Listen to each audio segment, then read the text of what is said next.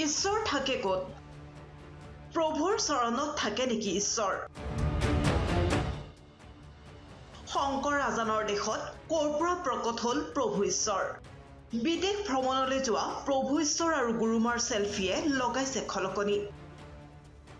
হঠাতে সলনি হ'ল পোছাক, 18,000 টকীয়া জোতা পিন্ধি নতুন ট্ৰেণ্ডত প্ৰভু ঈশ্বৰ। প্ৰেমৰ বাণী বিলোৱা প্ৰভু ঈশ্বৰ শেহতীয়াকৈ সোমাই পৰিছে তীব্ৰ বিতৰ্কত। প্ৰথমে চাওক এটি ভিডিঅ'।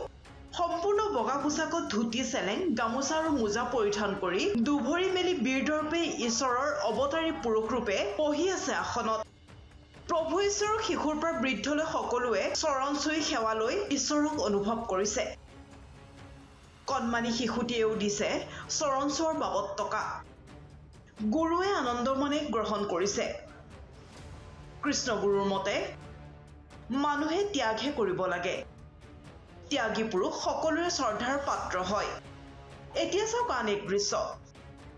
নতুন ট্ৰেণ্ডত প্ৰভু ঈশ্বৰ। ব্লু চাৰ্ট, ব্লেক পেণ্ট পৰিহিত প্ৰভু ঈশ্বৰ। চকুত ছানগ্লাছ, ভৰিত দামী জোতা।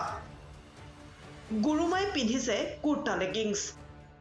হিন্দী চিনেমাৰ নায়ক নায়িকাৰ দৰে মাৰিছে ফটো, চকুত হৈ দিছে পজ।